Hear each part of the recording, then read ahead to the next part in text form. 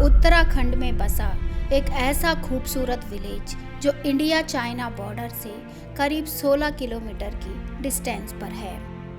केवल इसी विलेज से आप पहाड़ों के बीच से गिरती सरस्वती नदी को देख सकते हो। कहते हैं कुरुक्षेत्र के भीषण युद्ध के बाद धर्म की स्थापना करके पांडवों ने इसी विलेज से स्वर्ग की ओर प्रस्थान किया था। इंडिया के सबसे पुराने गांवों में से एक ये गांव स्वर्गारोहिणी और सतोपंथ ट्रैक का बेस कैंप है।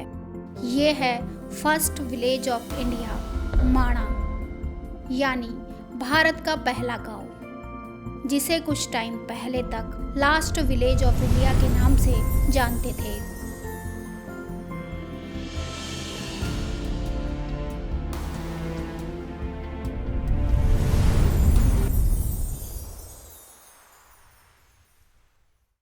माणा बद्रीनाथ से करीब 3 किलोमीटर की डिस्टेंस पर सी लेवल से करीब 10,133 फीट की हाइट पर बसा है, जहां तक आप बद्रीनाथ से पैदल भी आ सकते हो और टैक्सी से भी। यहाँ से इस गांव के लिए एंट्री शुरू होती है। गांव की सकरी गलियों से होकर यहाँ का मार्केट शुरू होता है। गांव में भारतीय और तिब्बती संस्कृति का संगम दिखता है। यहाँ भोटिया जनजाति के लोग रहते हैं और इन लोगों का मानना है कि इस गांव के संरक्षक मणिभद्र यक्ष देवता हैं, जो गांव की रक्षा करते हैं। गांव का नाम मणिभद्र आश्रम से लिया गया है।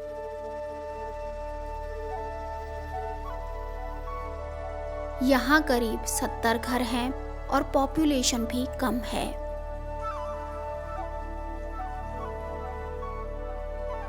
घरों की दीवारों पर माइथोलॉजिकल पेंटिंग्स बनी हैं, जो गांव की संस्कृति और परंपरा को शो करती है।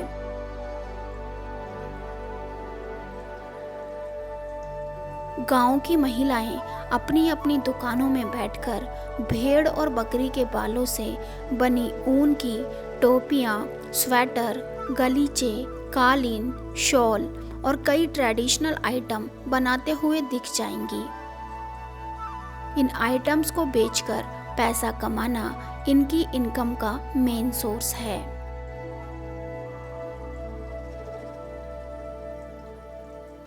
तो ये है माना विलेज का मार्केट, और ये जो मार्केट है वो काफ़ी छोटा है, काफ़ी नैरो गलियां हैं जिसके दोनों साइड शॉप्स लगी हुई हैं जिनमें वूलन्स मिल रहे हैं। और ये जो वूलन्स हैं ये काफ़ी गर्म है। यहाँ की जो लोकल लेडीज़ हैं वो इनको बना रही है। तो ये यहाँ का हैंडीक्राफ्ट है एक तरीके से। और यहाँ के मार्केट में कई तरीके की जड़ी बूटियाँ भी अवेलेबल है। इन लोगों का कहना है कि ये जो जड़ी बूटियाँ हैं इनसे शुगर, बीपी कंट्रोल होता है। यहाँ के लोकल्स मार्केट में कई तरह की जड़ी बूटियाँ जैसे पीपी की जड़, खोया, बाल छड़ी, पाखान जड़ी और अलग अलग तरह की हर्बल चाय बेचते हुए दिखेंगे।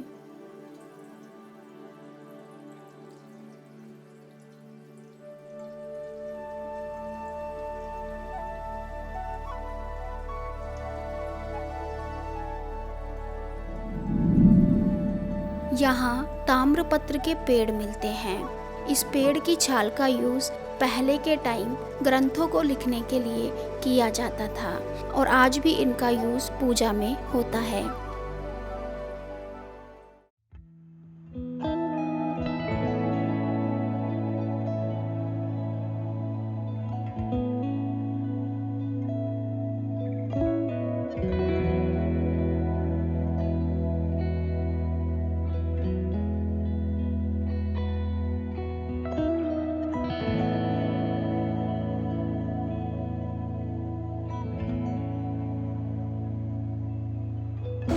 तो मेरे सामने ये जो रिवर बह रही है ये सरस्वती रिवर है। तो यहाँ इस जगह पर से ऐसा लगता है कि ये नदी विलुप्त हो रही है और इसका जो पानी है वो पाताल लोक में जा रहा है। यहीं पे पास में सरस्वती माता का मंदिर भी है।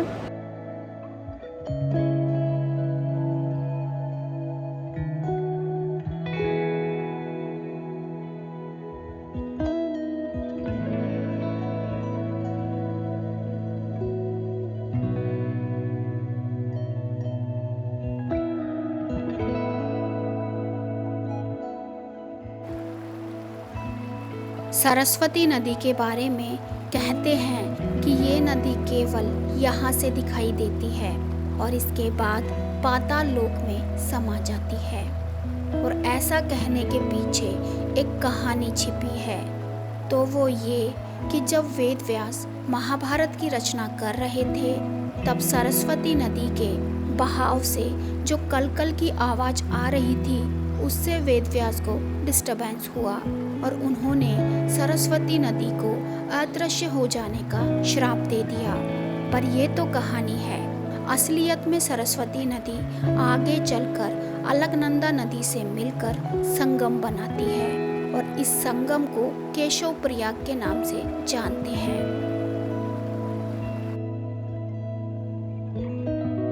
मेरे जस्ट पास में यहाँ पे ये ब्रिज है, इस ब्रिज का नाम है भीम ब्रिज। ये है भीम पुल, जिसके बारे में कहते हैं कि पांडव जब केदारनाथ में पूजा करके स्वर्ग की ओर जा रहे थे तब भीम ने रास्ता पार करने के लिए ये पुल बनाया।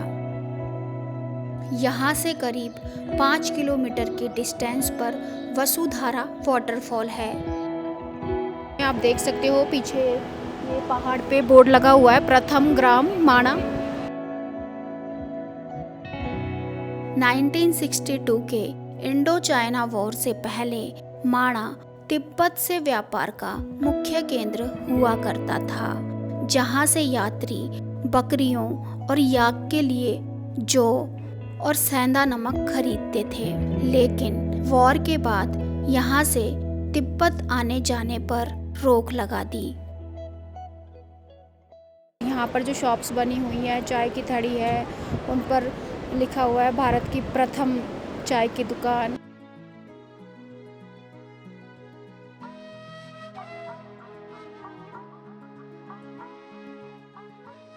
ये गांव 6 महीने बर्फ से ढका रहता है। सर्दियों में यहाँ का टेम्परेचर -15 से -20 तक चले जाता है।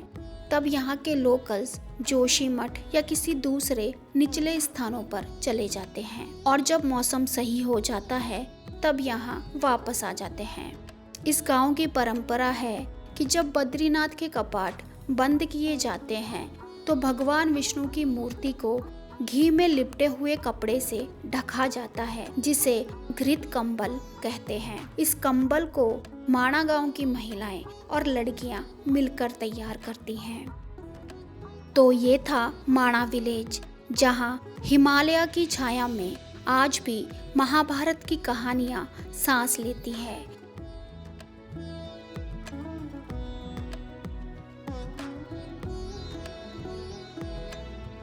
आज का वीडियो बस इतना ही। मिलते हैं किसी नए सफ़र में नए वीडियो के साथ। Take care, bye bye, thank you.